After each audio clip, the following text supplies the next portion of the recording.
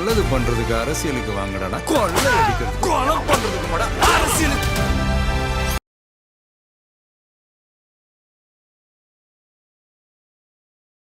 விஜயை தொடவே கூடாது. விஜயை தொட்டோம் நாம கெட்டோம். வாயை திறந்தாலும் எடப்பாடி பழனிசாமியை மட்டும் பேசு. நம்மளுக்கு நல்ல பீஸு, புட்ச பீஸு இந்த பீஸ் தான். 10 தோல்வி பழனிசாமி இந்த பீஸை நம்ம இப்படி வளைக்கலாம், இப்படி முறுக்கலாம், இப்படி குமுக்கலாம், நம்ம என்ன வேணா பண்ணலாம் இந்த பீஸை. ஆனா விஜய் கிட்ட இவங்க பருப்பு வேவல. சின்ன பசங்க கிட்ட நீ போதையை புகுத்துன, சின்ன பசங்க கிட்ட ஸ்கூல் பசங்க கிட்ட நீ குடிய புகுத்துன, நாட்டை நாசப்படுத்தின, அவர் அரசியல் படுத்துற. ஏன் எதுக்கு நீ கேள்வி கேளு.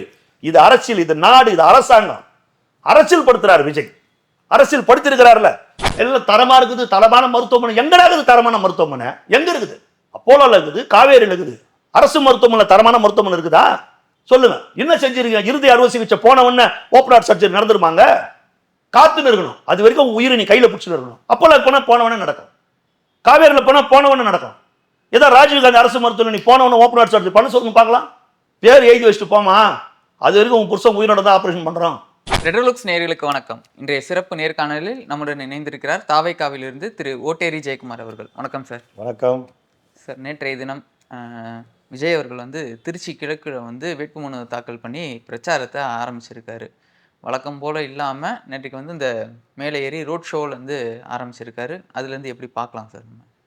நல்ல பிரம்மாண்டமான வரவேற்பு எல்லாம் பார்த்துருப்பீங்க. பல்லாயிரக்கணக்கான மக்கள் மத்தியில் ஒரு மிகப்பெரிய ஒரு எழுச்சி, ஒரு முகத்தில் ஒரு மலர்ச்சி, ஒரு சந்தோஷம். நம்ம நேசத்திற்குரிய, பாசத்திற்குரிய, நம்ம நேசிக்கக்கூடிய ஒரு தலைவரை இவ்வளோ பக்கத்தில் பார்க்குறோமே அப்படின்னும் போது அவங்களுக்கு ஒரு பெரிய மகிழ்ச்சி. தலைவரும் பெரிய ஹாப்பி. அவர் ஒரு சில நேரத்தில் அவருடைய உற்சாகத்தில் அப்படியே வண்டிக்குள்ளேயே குதிச்சார். அவ்வளோ அவர் ஒரு ரொம்ப சந்தோஷமாயிட்டார். பாட்டே பாடினார். புரியுதுங்களா? அவ்வளோ ஹாப்பி. ஏன்னா அவ்வளோ பெரிய கூட்டம். 11 குவார்ட்டர் கொடுத்து, கோழி பிரியாணி கொடுத்து, 1000 ரூபாய் தலைக்கு கொடுத்து, வண்டி வாகன வசதிகள் எல்லாம் ஏற்பாடு செய்து கொடுத்து, அப்படி இருந்தாலும் ஒரு எழுச்சி இல்லை, ஒரு ஆரவாரம் இல்லாத இந்த அரசியல் உலகத்தில் தன்னெழுச்சியாக மக்கள் கொடுக்குறானே. புரியுதா? தன்னெழுச்சியாக. அதெல்லாம் தலைவர் கேட்குறாரு, உரிமையாக கேட்குறாரு. எனக்கு வாய்ப்பு அளிங்க, எனக்கு வாக்களிங்க. உங்ககிட்ட கேட்காம நான் வேற யாருக்கிட்ட போய் கேட்பேன்? உங்ககிட்ட கேட்குற உரிமை என்னிடத்துல இருக்கிறது, எனக்கு இருக்கிறது, அதுக்காக கேட்குறேன் அப்படின்னு தலைவர் சொல்கிறாரு. ரொம்ப அழகாக சூப்பராக இருந்தது அவருடைய பிரச்சாரம். அதை விட அவருடைய பேச்சு ரொம்ப ஹைலைட்டாக இருந்தது. நேற்று தலைவருடைய பேச்சை பார்த்தீங்கன்னா ரொம்ப ஹைலைட்டாக இருந்தது. மீண்டும் மீண்டும் சொல்கிறேன், இருந்தாலும் கேட்குறேன். சிலிண்டர் பிரச்சனை பேசினார். சிலிண்டர் பிரச்சனைக்கு கடிதம் எழுதுகிற வேலையை மட்டுமே வச்சுன்னுக்கிறீங்களே. நீங்கள் கடிதம் சொல்கிறீங்களே, மானே தேனே பொன்மானே நடுவில் போட்டு மோடிக்கு கடிதம் எழுதுறதே ஒரு வேலையாக வச்சுருக்கிறீங்களே. இவ்வளோ பெரிய பிரச்சனை வருதுன்றதே சரி, அவங்க தான் கவனிக்கலை, அவங்க தான் கணிக்கலை, சரி அவங்க தப்பு பண்ணிட்டாங்கன்னு நீ அவங்க மேலே பழி போடுற. நீ என்ன பண்ண? அவங்களும் தப்பு பண்ணாங்க, நீ என்ன தப்பு பண்ண? கடிதம் மட்டுமே எழுதுறியே, நீ என்ன தப்பு பண்ணியிருக்கிற? இன்றைக்கி பல டீ கடைகளுக்கு சிலிண்டரே கிடைக்கலையே, பல உணவகங்களுக்கு சிலிண்டரே கிடைக்கலையே, எல்லாரும் அதை கடைகளெல்லாம் மூடிட்டு போகிறானே, வருமானமே இல்லாத போதே. இவ்வளோ ஒரு சூழ்நிலை, மோசமான சூழ்நிலை இருக்குதே. நீ ஒரு மாநில முதலமைச்சர், உன் குடும்பத்துக்கு ஒன்றுனா மட்டும், உன் வீட்டில் ரெய்டு வந்தால் மட்டும், உன் பொண்ணு செந்தாமரை வீட்டுக்கு ரெய்டு வந்தால் மட்டும் பதறி அடிச்சுக்கிட்டு டெல்லிக்கு ஓடுறியே. வெள்ளை கொடையை பிடிச்சின்னு போய் மோடியை வரவேற்கிறியே. கருப்பு பலூனெல்லாம் ஒழிச்சு வச்சுட்டியே. கோ பேக் மோடி என்ற வார்த்தையை எடுத்து ஒழிச்சு வச்சுட்டியே. உன் வீட்டுக்கு ஒரு பிரச்சனை, உன் குடும்பத்துக்கு ஒரு பிரச்சனைனா ஒரு சுயநலமாக ஓடுறிய டெல்லிக்கு. இது மக்கள் பிரச்சனை இல்லையா? சிலிண்டர் பிரச்சனை. இந்த பிரச்சனை வரும்போது நீ போய் பிரதமரை பார்த்து, ஏன்னாங்க நாங்கள் ஒரு 8-8.5 கோடி பேர் தமிழ்நாட்டில் இருக்கிறோம், அதில் இவ்வளோ பேர் சிலிண்டர் யூஸ் பண்ணுறாங்க, நீங்கள் எப்படி பிரித்து கொடுக்குறீங்க? இந்தியா முழுவதும் எல்லா மாகாணத்துக்கும் ஒரே மாதிரி கொடுக்க முடியாது. நாங்கள் இவ்வளோ பேர் யூஸ் பண்ணுறோம், புரியுதுங்களா? எங்களுக்கு கொஞ்சம் அதிகமாக ஒதுக்கீடு செய்யுங்க, எங்களுக்கு கொஞ்சம் பிரச்சனை இல்லாமல் பார்த்துக்குங்க. இதை எப்படி நம்ம இன்னும் நம்ம அதை ஸ்டோரேஜ் பண்ணுறது? இதெல்லாம் இவர் செஞ்சுருக்கணும். அதே மாதிரி தமிழ்நாட்டுக்குள்ளேயும் வீடுகள், இங்கே சென்னையிலலாம் நீ விறகடுப்பெல்லாம் எல்லார் வீட்லையும் யூஸ் பண்ண முடியாது. ஏன்னா பல வீடுகளில் ஜன்னலே கிடையாது. அப்போ சென்னைக்கு எப்படி பண்ணணும்? இல்லை ஓரளவுக்கு விறகு அடுப்பு யூஸ் பண்ண முடியும் அப்படின்ற அந்த இடத்த எப்படி பண்ணணும்? ஏன்னா இது போர்க்கால பிரச்சனை, எல்லாரும் விட்டு கொடுக்கணும். ஆமாம், அவங்க விறகடுப்பு யூஸ் பண்ண முடியாத நிலைமையில இருக்கிறாங்க, அடுக்கு மாடியில் மாட்டின்னு முழிக்கிறாங்க. இப்போ சூழ்நிலை இப்படி ஆயிடுச்சுன்னு போது எல்லாமே அதுக்கு ஒத்து வரும். இது எல்லாத்தையும் ஒரு முதலமைச்சர் கணிக்கணும். நீ இந்த சிலிண்டர் பிரச்சனைக்கு நீ எங்கன்னா அமைச்சரவை கூட்டத்தை கூட்டினியா? மாவட்ட கலெக்டர்களுடைய கூட்டத்தை கூட்டினியா? ஒரு மாநில முதலமைச்சர் அதை நீ செய்யணுமா இல்லையா? இது எவ்வளோ பெரிய ஒரு இஷ்யூ, எவ்வளோ பிரச்சனை நடந்துக்குது. நீ சொல்லணும், இன்னார மாவட்ட கலெக்டர் கூட்டத்தை நீ முதலமைச்சர் கூட்டியிருக்கணுமா இல்லையா? நீங்க அதை வேலையை செஞ்சீங்களா? ஏன் செய்யல? திமுக தேர்தல் அறிக்கை தயாரிச்சு மீண்டும் மீண்டும் இந்த மக்களை எப்படி ஏமாற்றுவது என்பதிலேயே கவனம் செலுத்துகிறீர்களே தவிர ஒரு மாவட்ட கலெக்டர்கள் கூட்டம் கிடையாது, ஒரு அமைச்சரவை கூட்டம் கிடையாது, இதை எப்படி சந்திக்கிறது கிடையாது, ஒரு பிரதமரை போய் நேரில் போய் பார்க்கல, அவர்கிட்ட பேசல. இன்னைக்கு நிறைய ஹோட்டல் மூடிட்டாங்க, தெருவோர உணவகங்கள்லாம் மூடிட்டாங்களே, அவங்களுக்கெல்லாம் சிலிண்டர் கிடைக்கலையே, சிலிண்டரே இல்லையே. இன்னைக்கு காலையில் கூட நான் ஒருத்தர்கிட்ட பேசினேன், என்னுடைய நண்பர்கிட்ட. அவர் வந்து ஒரு ஏஜென்சி நடத்துறாரு. இல்லைங்க, கடைகளுக்கு போடுற அந்த கம்பெனி சிலிண்டர் வர்றது இல்லை, வர்த்தக சிலிண்டர் இல்லை, வரல, கிடைக்கல. அப்போ பப்ளிக்கு மட்டும்தான் கொடுக்குறாங்க, பப்ளிக்கு மட்டும்தான் அது ஏதோ வருது. அது கூட கொஞ்சம் பிரச்சனைகள், அதுலேயும் சில பிரச்சனைகள் இருக்குது, சில மாவட்டங்களில் பெரிய அளவில் பிரச்சனை இருக்குது. இங்கே தேர்தல்ன்றதால ஒருவேளை மூடி மறைக்கிறாங்களான்னு தெரியல. தேர்தல் முடிஞ்சதுக்கு அப்புறம் பப்ளிக்கு சிலிண்டர் கிடைக்கிறதே பெரிய இஷ்யூ ஆகுமான்னு தெரியல. ஆனால் நடக்கிற பிரச்சனை அவ்வளோ பெரிய பிரச்சனை, அது உலகளாவிய பிரச்சனை, அது ஒத்துக்கிறோம். ஆனால் கொரோனா கூட தான் உலகளாவிய பிரச்சனை, கொரோனா உலகளாவிய பிரச்சனை. அதை எதிர்த்தியா, அதை போராடினியா, நீ என்ன செஞ்ச, நீ என்ன பண்ணு, எடப்பாடி பழனிசாமி 1008 கேள்வி நீ கேட்டல. அதே மாதிரி தான் இந்த பிரச்சனை, இதுவும் உலகளாவிய பிரச்சனை. எங்களுக்கு அது புரியும், இது அமெரிக்காவும் ஈரானும் இஸ்ரேலும் சண்டை போடுறான், இதனால பெரிய பிரச்சனை எங்களுக்கு தெரியும். ஆனா முன்னெச்சரிக்கை நடவடிக்கை ஒரு மாநில முதலமைச்சரா நீ என்ன எடுத்த? இதை தலைவர் ரொம்ப அழகா தெளிவா கேட்கிறார். ஸ்டாலின் கிட்ட பதில் இருக்குதா? பதில் இல்லை. ஸ்டாலின் டாக்ஸ்ன்னு ஒன்று இருக்குது, நான் கேட்டேன். அந்த ஸ்டாலின் டாக்ஸுக்கு இன்ன வரைக்கும் அவர்கிட்ட இருந்து பதில் வரல, ரியாக்ட் வரல. பதில் இருக்குதா? இல்லை. திமுக என்ன பண்றான்னா, விஜயை தொடவே கூடாது, விஜயை தொட்டோம் நாம கெட்டோம், வாயை திறந்தாலும் எடப்பாடி பழனிசாமியை மட்டும் பேசு, நம்மளுக்கு நல்ல பீஸு, புட்ச பீஸு இந்த பீஸ் தான், 10 தோல்வி பழனிசாமி. இந்த பீஸை நம்ம இப்படி வளைக்கலாம், இப்படி முறுக்கலாம், இப்படி குமுக்கலாம், நம்ம என்ன வேணா பண்ணலாம் இந்த பீஸை. ஆனா விஜய் கிட்ட இவங்க பருப்பு வேகலை, விஜய் கிட்ட இவங்க பருப்பு வேகலை. அதனாலதான் அவங்க அச்சப்படுறாங்க, பயப்படுறாங்க, நடுங்கிறாங்க. இப்ப நேத்து கூட பாருங்க, ஒரு திருவற்றூர்ல நினைக்கிறேன், கும்மிடிப்பூண்டி கிட்ட ஒரு அதிமுக வேட்பாளர் திமுக வேட்பாளர் காலில் வந்து ஆசீர்வாதம் வாங்குறார் வேட்புமனு பண்ற இடத்துல. அம்மா இருந்தா நடக்குமா சொல்லுங்க? தீய சக்தி திமுக கிட்ட அதிமுக நெருங்க முடியுமா? அம்மா இருந்தா, அம்மா காலத்தில் இருந்த அதிமுக வேற, தலைவர் காலத்தில் இருந்த அதிமுக வேற, இன்னைக்கு எடப்பாடி கிட்ட இருக்கிற இந்த அதிமுக வேற. அதிமுகவில் இருக்கிற முக்கிய நிர்வாகிகள், முக்கிய மாவட்ட செயலாளர்கள் திமுக அமைச்சர்களோடு நல்ல தொடர்பு வச்சுக்கின்னு நல்லா சம்பாதிக்கிறாங்க, வளமா இருக்கிறாங்க. அவங்க எதுத்தெல்லாம் பெருசா பண்ண மாட்டாங்க. இதுல தொண்டை தான் மாட்டின்னு முடிக்கணும். தொண்டர்கள் இன்னமும் அந்த தலைவர் அம்மான்னு இருக்கிறாங்க. அந்த தொண்டர்களும் ரெட்டலைக்கு ஓட்டு போடுற ஐடியாலாம் அவங்க இல்லை. இதுதான் திருச்சி மாதிரி இடத்துல அவ்வளோ மக்கள் வெள்ளம் கூடும்போது, அந்த எழுச்சியா தன்னெழுச்சியா மக்கள் கூடும்போது இதெல்லாம் தெரியுது. எந்த ஒரு ஏற்பாடும் இல்லாத மக்கள் கூடுறாங்கல்ல, இது நல்லாவே தெரியுது. இதை தான் தலைவர் அன்னைக்கு பேசுறாரு. பேசும்போது சொல்றாரு, கேஸ் மானியத்தை பத்தி பேசுறாரு. நீ எல்லாம் செஞ்சேன், நான் அப்படியே திருப்தியாக ஆட்சி நடத்தணும். ஸ்டாலின் திணறாருங்க. ஸ்டாலின் கூட்டங்கள்லாம் பாருங்க, ஸ்டாலின் பேசுறதுக்கு திணறார். அது ஒரு டோக்கன் கூட்டணி. அவங்க நம்புறதே இப்போ அந்த டோக்கனை மட்டும்தான். அந்த 8000 ரூபாய் டோக்கன் ஒன்று பாருங்க, அந்த 8000 ரூபாய் டோக்கனை மட்டும்தான் நம்பி இருக்குது. டோக்கன் கூட்டணி, அந்த கூட்டணி அந்த டோக்கனை நம்பி, அந்த 8000 ரூபாய் கூப்பனை நம்பின்னு இருக்கிறாங்களே தவிர, நாங்கள் இதை செய்தோம், இதை சாதித்தோம்னு சொல்றதுக்கு அவங்களுக்கு ஒண்ணுமே கிடையாது. அந்த ஒரு 18-20 மாசம் கழிச்சு 1000 ரூபாய் கொடுத்தாங்க பாரு, அதுவும் தகுதி உள்ள பெண்களுக்குன்னு, அதுவும் பாதி பேர் கொடுத்துட்டு பாதி பேர் கொடுக்காத, தேர்தல் வரும்போது இன்னும் கொஞ்சம் பேர் கொடுத்தாங்க பாரு. அது ஒன்றை தவிர இந்த இலவச பஸ் பெண்களுக்கு கொடுத்தாங்க பாருங்க, அந்த பிங்க் கலர் பஸ், அது கூட அந்த பஸ் வராது. புரியுதுங்களா? இதை தவிர இதையே ஊதி நிற்கிறாங்க, ஊதுறாங்களே தவிர வேற ஒரு பிரச்சனை. பெண்களுக்கு பாதுகாப்பு இருக்குதா? பெண் குழந்தைகளுக்கு பாதுகாப்பு இருக்குதா? சட்டம் ஒழுங்கு சரியா இருக்குதா? தரமான பள்ளி கட்டடங்கள் இருக்குதா? தரமான சாலைகள் இருக்குதா? தரமான மருத்துவ வசதி இருக்குதா? தரமான குடிநீர் இருக்குதா? எது இருக்குது தமிழ்நாட்டில்? இதெல்லாம் பேசுறதுக்கு அவங்க கிட்ட சப்ஜெக்டே கிடையாது. அதை தலைவர் கேட்கிறாருல, நீட்டை ஒழிப்போன்னு சொன்னல, நேற்று தலைவர் கேட்டாரு திருச்சியில, நீட்டை ஒழிக்கிறேன்னு சொன்னல, ஒழிச்சியா? இப்போ ஒழிக்க முடியாததை ஏன் ஒழிக்கிறேன்னு நீ சொன்ன? நாங்கள் ஆட்சிக்கு வந்தால் முதல் கையெழுத்து நீட்டுக்கு தான் போடுவோன்னு சொன்னியா இல்லையா? எந்த முகத்தை வச்சு மக்கள்கிட்ட ஓட்டு கேட்கிற? உனக்கு கூசலையா? என்னடா நம்ம இப்படி சொல்லி இந்த மக்களை 5 வருஷம் ஏமாத்தி வச்சுமே உனக்கு தோணலையா? உனக்கு அப்ப தெரியாதா? நீட்டு பிரச்சனை மத்திய அரசு சம்பந்தப்பட்ட பிரச்சனை, இது உச்ச நீதிமன்றத்தில் நிலுவையில் இருக்குது, யார் நினைச்சாலும் எதையும் சாதிக்க முடியாது, செய்ய முடியாதுன்னு உனக்கு தெரியாதா? அதை செஞ்சியா? அதை தலைவர் கேட்டார். நீட்டை ரத்து செய்வோன்னு சொன்னிய, அந்த ரகசியம் எங்களுக்கு தெரியும் சொன்னிய. அப்போ எவ்வளவு இத்தனை லட்சம் மக்களை முட்டாளதான் நினைச்சிருக்கிற, இத்தனை லட்சம் மக்களை முட்டாளதான் நினைச்சு, அதை செஞ்சியா? கனிமொழி மேடைக்கு பேசுனாங்களே, இந்த மதுக்கடைகளால டாஸ்மாகால தமிழ்நாட்டில் இளம் விதவைகள் உருவாகி கொண்டிருக்கிறார்கள் பேசுனாங்களா இல்லையா?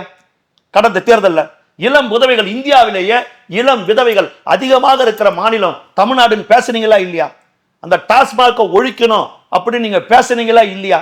மூடு மூடு டாஸ்மாகை மூடு அப்படின்னு ஸ்டாலின் கையில போர்டு புடிச்சாரா இல்லையா? இன்னும் இருக்கிற திமுக நிர்வாகிகள்லாம் அவங்க வீட்டு வாசல்ல கருப்பு கொடியோட அந்த போர்டை பிடிச்சாங்களா இல்லையா? நீ ஆட்சிக்கு வந்து 5 வருஷம் ஆயிடுச்சு. இப்பெல்லாம் எப்படி? அப்ப போன ஆட்சியில வந்து பிராந்தி வித்தாங்க டாஸ்மாகல, இப்ப நீங்க தீர்த்தம் வைக்கிறீங்களா? பன்னீர் சோடா விற்கிறீங்களா? சொல்லுங்க, சர்பத்தாது. இப்ப இளம் விதவைகளே வரலையா? அதை விட மோசமாய் போச்சு. கஞ்சா, தரமான கஞ்சா, பவுடர், அபின், இன்னும் வேற ஏதோ நாக்கில் ஒலிக்கிறது, புளிப்பு மிட்டாய், சின்ன மாணவிகளுக்கு கையில எல்லாம் கிடைக்கிற அளவுக்கு இருக்குதே. சொல்லு, டாஸ்மாக மூடுறன்னு சொன்னீங்களா? மூடுனீங்களா? படிப்படியா குறைச்சிருவோம்னு சொன்னீங்களா? எத்தனை ஆயிரம் கடையை நீங்க குறைச்சிருக்கிறீங்க? சொல்லுங்க பார்க்கலாம். காலையில பொழுது முடிஞ்சவன அங்கதானே போறான். ஏதோ எடுங்க, டாஸ்மாக் லிஸ்ட் எடுத்துங்க. நீங்க எந்த தேதியில பணம் போடுறீங்க? ஒவ்வொரு மாசமும் ஏதோ 15ஆம் தேதி ஏதோ போடுறீங்க பொழுது 1000 ரூபாய். நீ டாஸ்மாக் வருமானத்தை பாரு. கரெக்டா நீ பணம் போடுற நேரத்தில் டாஸ்மாக் வருமானம் பாரு. அந்த பணம் போடுற அந்த 2 நாள் பாரு, அந்த பணம் அங்க போயிருக்கும். டாஸ்மாக் நடத்திக்கின்னு திமுக நடத்துகிற மது ஆலைகள் இருந்து டாஸ்மாக்கு சரக்கு வாங்கிக்கின்னு இவ்வளவு நாட்டை நாசப்படுத்துறீங்களே. அதைத்தான தலைவர் பேசினார். கரூர்ல பாடினார்ல. அதனாலதானே கலவரம் வந்தது கரூர்ல. அதனாலதானே லட்டிச்சார்ஜ் நடக்கிற சூழ்நிலை வந்தது. அதனாலதானே கல்லும் பாட்டில் அடிச்சான். அதனாலதானே கரண்ட் ஆஃப் பண்ணான். அதனாலதானே 41 உயிர் போச்சு. ஒரு சதி செஞ்சு 41 பேரை கொன்னான். 10 ரூபாய் பாலாஜி, செந்தில் பாலாஜி பாட்டிலுக்கு 10 ரூபாய். தலைவர் பாடினார் இல்ல? நடந்ததா இல்ல? திமுக ஆட்சியில ஒரு பாட்டிலுக்கு 10 ரூபாய் வச்சு எவ்வளவு அழகா ஒரு விஞ்ஞான முறையில எவ்வளவு அழகா ஊழல் பண்ணான். அரசாங்கத்துக்கு ஒரு பிரச்சனையும் கிடையாது. விற்கிற பாட்டில் இவ்வளவு விற்கிறோம், அதுக்கு மேல 10 ரூபாய். பாட்டிலுக்கு 10 ரூபாய் தானேங்க ஒழிஞ்சு போட்டோம். ஒரு நாளைக்கு 1.5 கோடி பாட்டில் விற்பனை ஆகுது தமிழ்நாட்டில். 5000க்கும் மேற்பட்ட கடைகள் இருக்குது. ஒரு நாளைக்கு 1.5 கோடி பாட்டிலுக்கு 10 ரூபாய் போது ஒரு நாளைக்கு 15 கோடி. ஒரு நாளைக்கு 15 கோடினா ஒரு மாசத்துக்கு 450 கோடி. ஒரு மாசத்துக்கு 450 கோடினா ஒரு வருஷத்துக்கு 5400 கோடி. ஒரு வருஷத்துக்கு 5400 கோடினா 5 வருஷத்துக்கு 27000 கோடி. 27000 கோடி அமிக்குன்னு போயிட்டானே. பாட்டிலுக்கு 10 ரூபான்னு ஏழை பாழிங்க கிட்ட இருந்து பிடிக்கிட்டானே காசை. அவன் குடி வாங்கணும், பாட்டில் வாங்கணும், அவன் எத்தனை ரூபாய்க்கு ஏதோ கொடுத்துட்டான், 10 ரூபாய் கொடுத்துட்டான். ஆனா இந்த 10 ரூபான்னு நீ சேர்த்து வச்ச பணம் 27000 கோடி ஆயிடுச்சு. இது ஒரு நவீன பண்ணாங்க, நவீன ஊழல் தானே இது. அதான் சர்க்காரியா கமிஷன் சொன்னார். நவீன முறையில், விஞ்ஞான முறையில் கருணாநிதி ஊழல் செய்திருக்கிறார். விஞ்ஞான முறையில். அந்த விஞ்ஞான முறையில் ஊழல் செய்ததில் திமுக காரணம் யாராலும் அடிச்சுக்க முடியாது. இன்னைக்கு கூட பாருங்க, விழுப்புரம் கோர்ட்ல பொன்முடி நிரபராஜன் வந்திருக்குது. அந்த செம்மண் கடத்தல 28-30 கோடி ரூபாய் அரசாங்கத்துக்கு லாஸ் பண்ணான். பலரோட மண்ணை கடத்தினான். ஆனா நீதிமன்றம் விடுதலை பண்ணுது. ஆனா நீதிமன்றம் என்ன சொல்லுது? அரசு தரப்பு சரியான ஆதாரங்களை சமர்ப்பிக்கல. அரசு தரப்பு யாரு? இவங்க தானே. ஒண்ணு இவங்க இருப்பாங்க, இல்ல அவங்க இருப்பாங்க. இவங்களுக்குள்ளதான் ஒத்து போறாங்களே. இவங்க ஆதாரத்தை கொடுத்தாதானே நீ தீர்ப்பு கொடுக்க முடியும். இவங்க ஆதாரத்தை எடுத்து வச்சாதானே நீ தீர்ப்பு கொடுக்க முடியும். ஒண்ணு இவங்க இருப்பாங்க, இல்ல அவங்க இருப்பாங்க. 2 பேர் தான் ஒத்து போறாங்களே. அப்புறம் வெளியே வந்து நாங்கள் நிரபராதிகள், வேண்டுமென்றே எங்கள் மீது பழிவாங்கும் நடவடிக்கையாக இந்த வழக்கு போடப்பட்டது, நீதியின் முன் நாங்கள் வென்று விட்டோம். எப்பா கேட்டு கேட்டு எங்களுக்கு காது புளிச்சு போச்சுடா.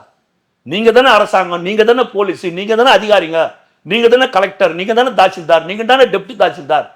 ஒண்ணு நீங்க இருக்கிறீங்க, அவங்க இருக்கிறீங்க. நீங்க 2 பேர் தான் ஒத்து போறீங்களே. அப்புறம் எப்படி நீதிமன்றத்துக்கு சாட்சி கிடைக்கும்? எப்படி ஆதாரம் கிடைக்கும்? ஆதாரங்கள் அழிக்கப்படுகிறது. இதுதான் உண்மை. இதைத்தான் தலைவர் பேசுறாரு. இதை திருச்சியில பேசுறாரு, நீட்டை பேசுறாரு, கேஸுக்கு 100 ரூபாய் மானியம் தரேன்னு சொன்னீங்களே, தரலையேன்னு பேசுறாரு. பெட்ரோலுக்கும் டீசலுக்கும் மானியம் தரீங்களே, பெட்ரோலுக்கு 5 ரூபாய் குறைக்கிறேன், டீசலுக்கு 4 ரூபாய் குறைக்கிறேன்னு சொன்னீங்களே, ஏன் குறைக்கலன்னு கேட்கிறாரு. கரும்புக்கு ஆதார விலை 4000 ரூபாய் வழங்கும்னு சொன்னீங்களே, ஏன் வழங்கலன்னு கேட்கிறாரு. தெளிவா தானே கேட்கிறாரு. பதில் இருந்தா சொல்லு. பதில் இல்லையே திமுக கிட்ட. பதில் இருந்தா சொல்லு. அவர் தொடர்ந்து பாத்தீங்கன்னா இந்த பேரே சொல்லாம திருச்சியில இருக்கிற இந்த அமைச்சர், எந்த ஊருக்கு போனாலுமே இந்த ஊர்ல இருக்கிற இந்த அமைச்சர்ன்றது மட்டுமே சொல்றாங்களா? அவங்க திருச்சின்னு சொல்லும் போது எங்களுக்கு நேரு தெரியும். அங்க இருக்கிறவங்களுக்கு அதான் விசில் அடிச்சு கை தட்டுறாங்க, நேரு தெரியும். ஒரு அமைச்சர்ன்றாரு. யாரு வந்து நகராட்சியில வேலை வாங்கி தரேன்னு சொல்லிட்டு பல கோடி ரூபாய் ஊழல் செய்த அமைச்சர் யாரு? யாரு? நேரு. இல்ல சார், அங்க இருக்கிறவங்களுக்கு ஓகே சார். தமிழ்நாட்டுக்கு தெரியும் சார், தமிழ்நாட்டுக்கு தாராளமா தெரியும். அதே இடத்துல இன்னொரு அமைச்சரும் இருக்காரு சார், அவர் பேர் வராது, அவர் கல்வித்துறை அமைச்சர். புரியுதுல? நகராட்சியில வேலை வாங்கி தரேன்னு நியாயமாக வேலை கிடைக்கணும் எத்தனையோ இளைஞர்களுக்கு அவர் சொல்றாருல. இந்த வேலை எத்தனையோ இளைஞர்களுக்கு கிடைச்சிருக்கணும். ஒழுங்கா எக்ஸாம் எழுதணும்னு. அவனுக்கு கிடைக்காத தகுதியே இல்லாதவங்கிட்ட பணத்தை வாங்கிக்கின்னு அத்தனை பேருடைய வாழ்க்கையை கெடுத்து, அத்தனை இளைஞர்களை சரியா பரீட்சை எழுதலாம் பார், அத்தனை இளைஞர்களுடைய வாழ்க்கையை கெடுத்து, அவனுக்கு கிடைக்க வேண்டிய வேலையை பிடுங்கி பல கோடி ஊழல் செய்து நேரு கொடுத்திருக்கிறார். அங்க இருக்கிற அமைச்சர், அவர் தான் நகராட்சி அமைச்சர், அவர் தானே செஞ்சார் அந்த ஊழலை, இவர் கொடுத்திருக்கிறார். இவர் மேல அமலாக்கத்துறை மேல இருந்து இவர் மேல நடவடிக்கை எடுக்கணும், ஆதாரங்கள் இருக்குதுன்னு அறிவிச்சாங்க. ஆனா தமிழ்நாடு லஞ்ச ஒழிப்புத்துறையோ தமிழ்நாடு ஊழல் அதை பத்தி பேசவே இல்லை. நீதிமன்றம் சொல்லிச்சு எல்லா ஆதாரம் இருக்குது, நேரு மீது வழக்கு போடுங்க, அவங்க கரெக்டா கொடுத்துருக்காங்க மத்திய அரசுல இருந்து, இவ்வளவு வேலையை அவர் செஞ்சிருக்கிறாரு, ஆதாரங்கள் கரெக்டா இருக்குது, வழக்கு போடுங்கன்னு சொன்னாங்க. இன்ன வரைக்கும் தமிழ்நாடு போலீஸ் லஞ்ச ஒழிப்புத்துறை இன்ன வரைக்கும் வழக்கு போடல. கண்டப்ட கோர்ட்டு திரும்ப போயிருக்கிறாங்க. நீதிமன்றம் சொல்லியே மதிக்க மாட்டேன்றாங்க. சார், நீதிமன்றத்தையே மதிக்காத ஒரு ஆட்சி தமிழ்நாட்டில் இருக்குது. நீதித்துறையே மதிக்கிறது கிடையாது, அவங்க சொல்லியும் செய்யறது கிடையாது. புரியுதுங்களா?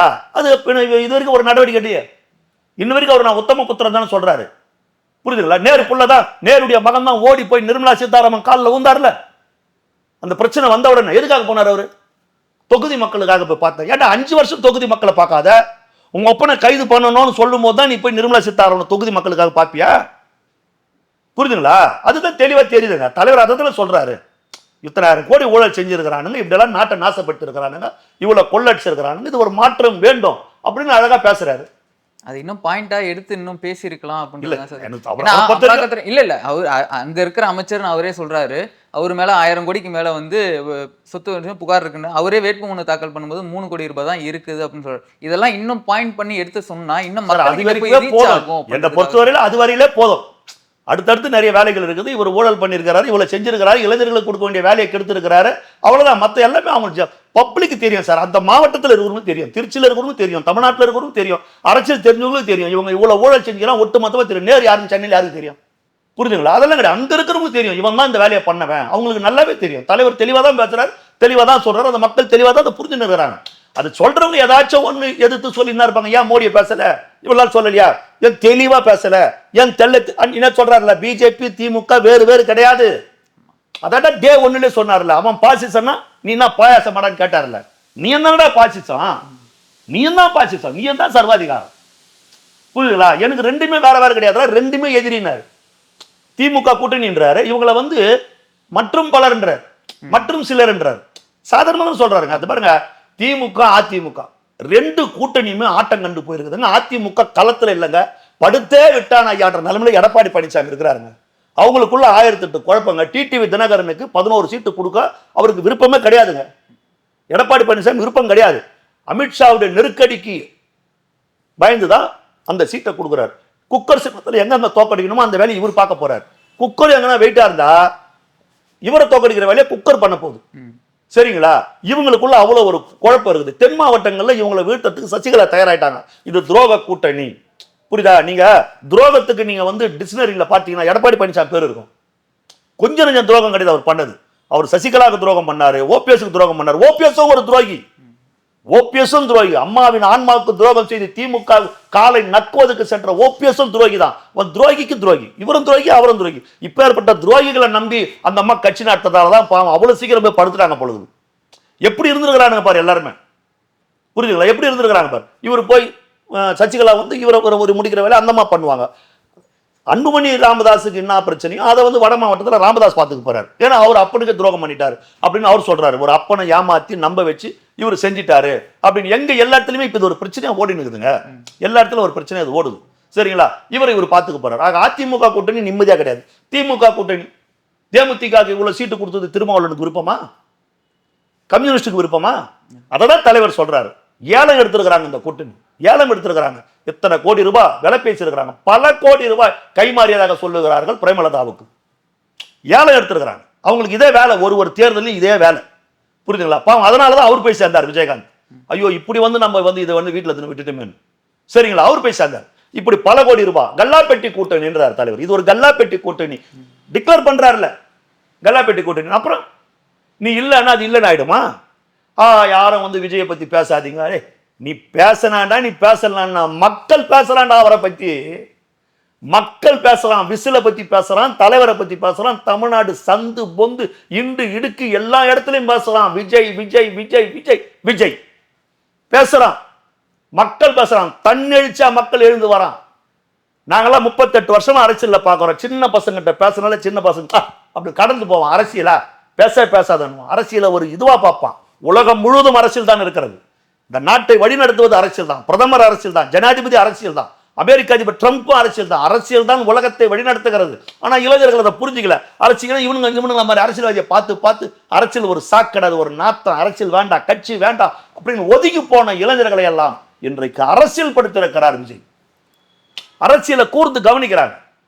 ஏதோ பாட்டை கேட்டு யூடியூப்ல, ஏதோ சினிமாவுக்கு போனதை விட்டுட்டு இன்னைக்கு யூடியூப்ல இந்த மாதிரி நேர்காணலாம் இன்னைக்கு கவனிக்கிறாங்க. இளைஞர்கள் பார்க்கறாங்க, என்ன நடக்குதுன்னு பார்க்கறாங்க. சின்ன பசங்களுக்கு அரசியல் சொல்லி கொடுத்துருக்கிறாருங்க. எப்பேற்பட்ட ஒரு புரட்சி! சின்ன பசங்களுக்குங்க, வீட்டில் இருக்கிற பசங்களுக்குங்க. வீட்டில் இருக்கிற பசங்க ஒன்றும் இல்லை, தேர்தலுடைய விழிப்புணர்வுன்னு சொல்லிட்டு காஞ்சிபுரத்தில் திருவள்ளூர்லாம் சில ஊர்வலங்கள்லாம் மாணவர்களை வச்சு நடத்திருக்கிறாங்க.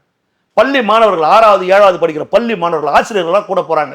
தேர்தல் விழிப்புணர்வு, எல்லாரும் ஓட்டு போடுங்க அந்த விழிப்புணர்வுக்காக அந்த மாணவ செல்வங்கள் அது வீதியில நடந்து போறாங்க. போற பசங்க, அங்கிள் விசிலுக்கு ஓட்டு போடுங்க, ஆண்டி விசிலுக்கு ஓட்டு போடுங்க, அங்கிள் விசிலுக்கு ஓட்டு போடுங்க, ரோட்ல கத்துறாங்க பசங்க.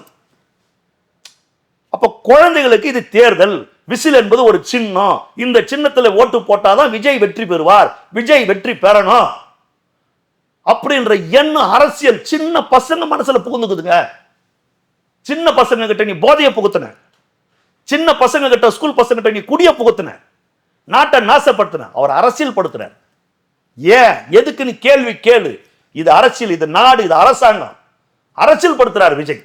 அரசியல் படுத்திருக்கிறார்ல, பசங்கள்லாம் கேட்கறாங்களே, என் வீட்டுல பேரம் பேத்தி பேசுறாங்கல்ல, தாத்தா விசிலுக்கு தான் ஓட்டு போடணும், ஓம் சக்தி பராசக்தி என் பேத்தி சொல்றா, ஓம் சக்தி பராசக்தி, திமுக தீய சக்தி என் பேரன் சொல்றான்.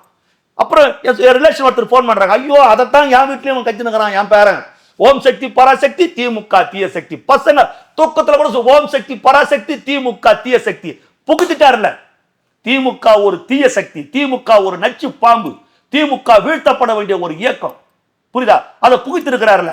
இதுதான் புரட்சி, இதுதான் புரட்சி. விஜய் என்ன செய்தார்? விஜய் இந்த புரட்சியை செய்திருக்கிறார். இந்த புரட்சியை விஜய் செய்திருக்கிறார். உதயசூரியன் தான் ரெட்டலை தான் அப்படின்ற இவங்க மாறி மாறி செய்கிற இடத்துல இந்த புரட்சியை விஜய் செய்திருக்கிறார். விசில் என்கிற ஒரு புரட்சியை விஜய் செய்திருக்கிறார். இளைஞர்கள் மத்தியில் அரசியல் படுத்திருக்கிறார் விஜய். பள்ளி மாணவர்கள் அரசியல் படுத்திருக்கிறார். ஏன் எதுக்கு அந்த அந்த அரசியலை அவர் புகுத்திருக்கிறார். இந்த புரட்சி அவர் செய்திருக்கிறார்.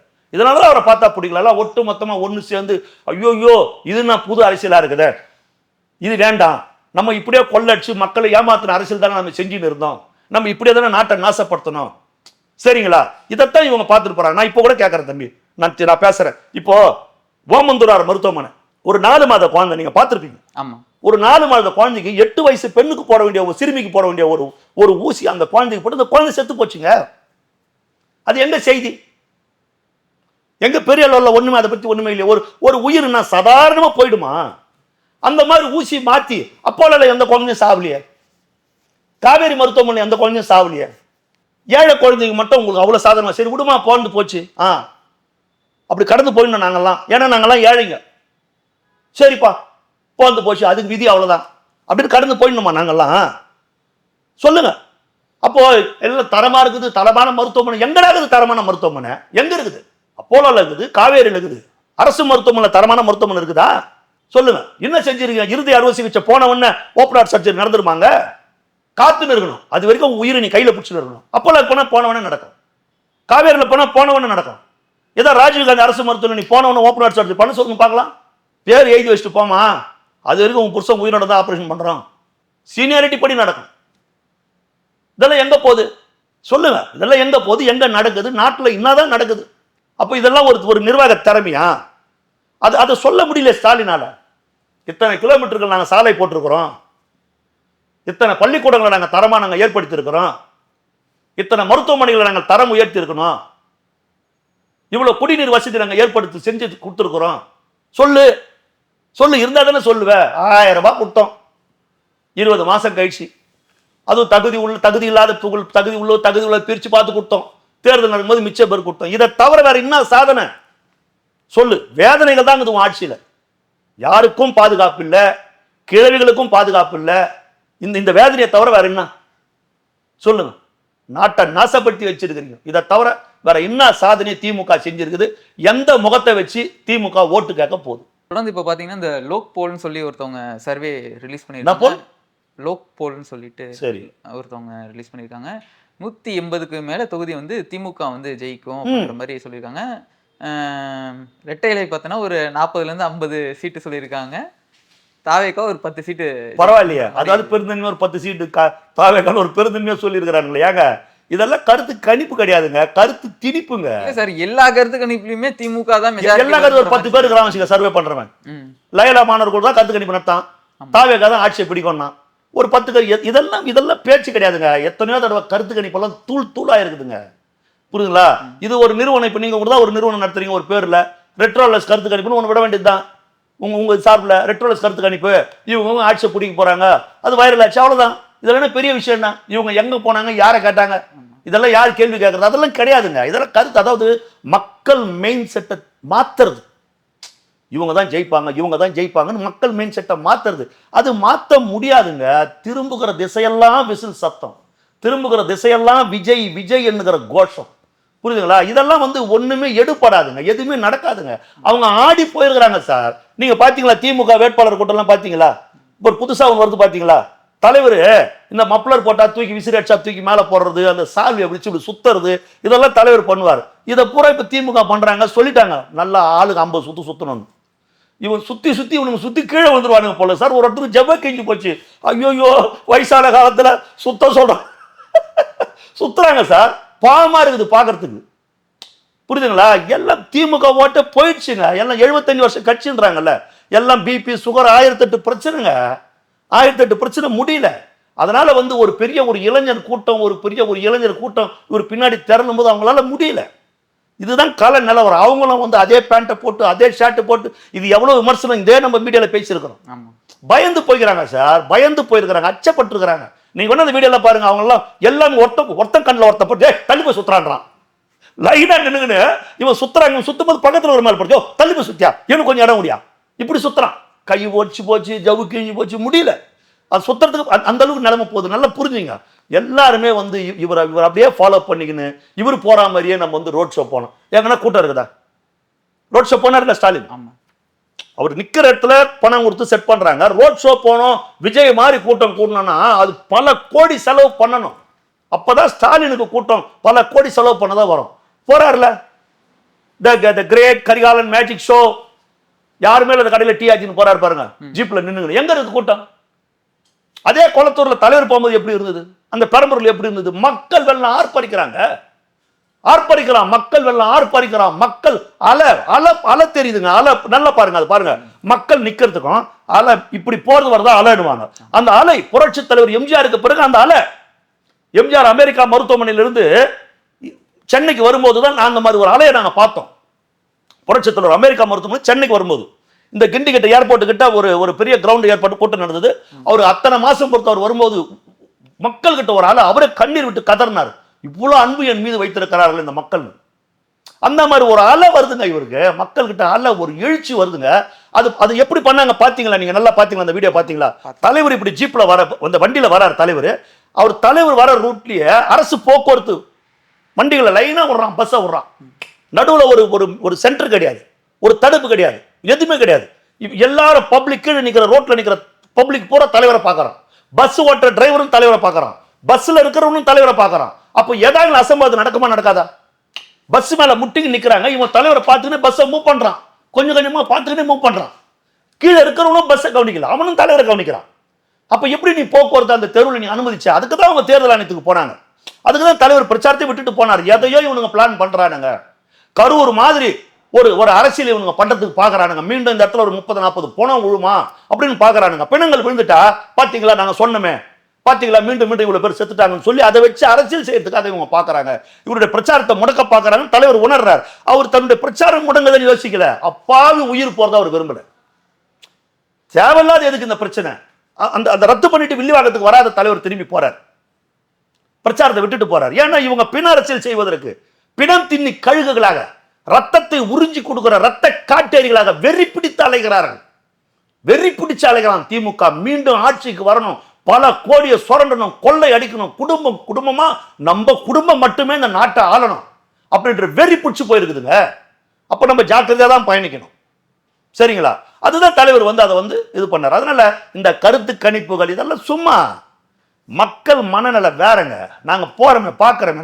நான் வந்து ஒரு டிவிக்கு தொண்டனா நான் பேசலை, ஒரு டிவிக்கு நான் அந்த கட்சி சார்பில் பேசுகிறேன். பொதுவாகவே கள நிலவரம் நல்லாவே தெரியுது. விசில் தான் மக்கள் மனங்கள் இருக்குது. விசில் தான் ஒரு மாற்றத்தை மக்கள் எதிர்பார்க்குறாங்க. திமுக அதிமுக வேண்டாம், மாற்றம் வேண்டும், ஒரு மாற்றம் வேண்டும். அதை மக்கள் நல்லா உணர்ந்துட்டாங்க. புரியுதுங்களா? அதனால அதிமுக களத்திலே இல்லாத போயிடுச்சு. இப்போ தலைவர் என்ன சொல்றாரு? டிவிகேவா டிஎம்கேவா? தூய சக்தியா தீய சக்தியா? மக்களை நாசமாக்கிய, இந்த மக்களை படுபாதாளத்தில் தள்ளிய நாசக்கார ஸ்டாலினா, இந்த மக்களுக்கு நல்லது செய்யணும் வந்திருக்கிற விஜயா? தலைவர் கேட்கிறாரு, கத்தரான் பப்ளிக் விஜய் விஜய் விஜய் விஜய் விஜய். இதெல்லாம் ஓட்டா மாறிடுமா? இது ஓட்டா மாறாது. எது ஓட்டா மாறும்? அது அடுத்த மாசம் 4ஆம் தேதி தெரியும். இப்ப இளம் பெண்கள் நம்ம பார்க்கிறோம், அவர் தலைவர் அப்படி வராரு, கதறாங்க சார், கதறாங்க. அந்த பெண்கள் அழுகுறாங்க, அண்ணா அண்ணா அண்ணா அண்ணான்னு அழுகுறாங்க. அவர் சொல்றாரு, திருமணமாகும் பெண்களுக்கு நான் சொன்னதை போலவே 1 சவரன் தங்கத்தையும் பட்டு புடவை நான் தருவேன் போது அந்த இளம் பெண்கள் குதிக்கிறாங்க. ஒரு அண்ணன் விட்டு சீர், தாய்மாமன் விட்டு சீர், அப்படியே குதிக்கிறாங்க, சந்தோஷத்துல குதிக்கிறாங்க. அண்ணா அண்ணா கண்ணில் தண்ணி வருதுங்க. இந்த திருச்சியில் கூட பார்த்துருப்பீங்க, ஒரு 2 வீலர்ல 2 பேர் விழுந்துட்டாங்க. 2 பேர் விழுந்துட்டாங்க. தலைவர் வண்டியை நிறுத்திட்டு பதறி போயிட்டார். வண்டியை விட்டு இறங்கி வந்துட்டார். இறங்கி வந்து ஏதாவது அடிபட்டுக்குதான்னு கேட்கிறாரு. உடனே ஹாஸ்பிட்டலுக்கு போறீங்களான்றாரு. இல்லை அதெல்லாம் ஒன்றும் இல்லைங்க, நாங்கள் பரவாயில்ல, நாங்கள் 2 வீலர் நிற்க, அவங்க ஏறுறாங்க, பின்னாடி ஏறுறாங்க, கீழே விழுந்து முட்டி தேய்ச்சி ஏதோ ஏறுறாங்க. அப்படி ஏறுறவங்க அந்த கீழே விழுந்து அந்த விரல் தேய்ச்சி அந்த வேதனை கூட பார்க்கல, அவரை கிள்ளி முத்து கொடுக்குறாங்க. அவரை கிள்ளி முத்து கொடுக்குறாங்க சார். அது ஸ்கிரிப்ட்ன்ட்டாங்க சார். சார் இதெல்லாம் என்ன சார், உலகத்துக்கே தெரியும் சார், உலகத்துக்கே தெரியும் சார். நான் வந்து என்னுடைய வயசுக்கு நான் இவ்வளோ அனுபவத்தில் பேசுகிறேன். எனக்கே அவரை பார்க்கும்போது, அவரை நான் நெருக்கத்தில் பார்த்து அவர் பேசும்போது அப்படியே மெய் மறந்து நான் எங்கே நிற்கிறேனே தெரியாது நின்றுன்னு இருந்தேன். எங்கே நிற்கிறேனே தெரியல. அவர் என்னை கையோடு பிடிக்கும் போது அப்படியே பார்க்குறேன், பா இவ்வளோ அழகாக இருக்கிறாரு, இப்படி இருக்கிறாரு அப்படின்னும் போது அவங்க எப்படி சார், புரியுதுங்களா? அப்படியே பதறாங்க சார். நம்ம தான் பார்க்குறோம் அந்த பெண்களை அழுவுறதெல்லாம் எங்கெங்க பார்க்குறோம். ஏன் சார் இதெல்லாம் போய் இதெல்லாம் நம்ம வந்து அதெல்லாம் திமுகல தான் சார், அதெல்லாம் நாடகம் ஸ்கிரிப்ட் இதெல்லாம் திமுகவுக்கு பொருந்தும். புரியுதுங்களா? இது எழுச்சிங்க, தன் எழுச்சிங்க, அவங்க சொன்னதுதான் தன் எழுச்சிங்க. புரியுதுங்களா? இது தன் எழுச்சிங்க. நான் தான் சொல்றேன், நான் எங்க வீட்டுல இருந்தானே பேசுறேன், என் வீட்டுல இருக்கிற குழந்தைங்க பேசுறத தானே பேசுறேன். தாத்தா ஜனநாயகன் படம் எப்போ வரும் எப்போ வரும் குழந்தைங்க கேட்குது.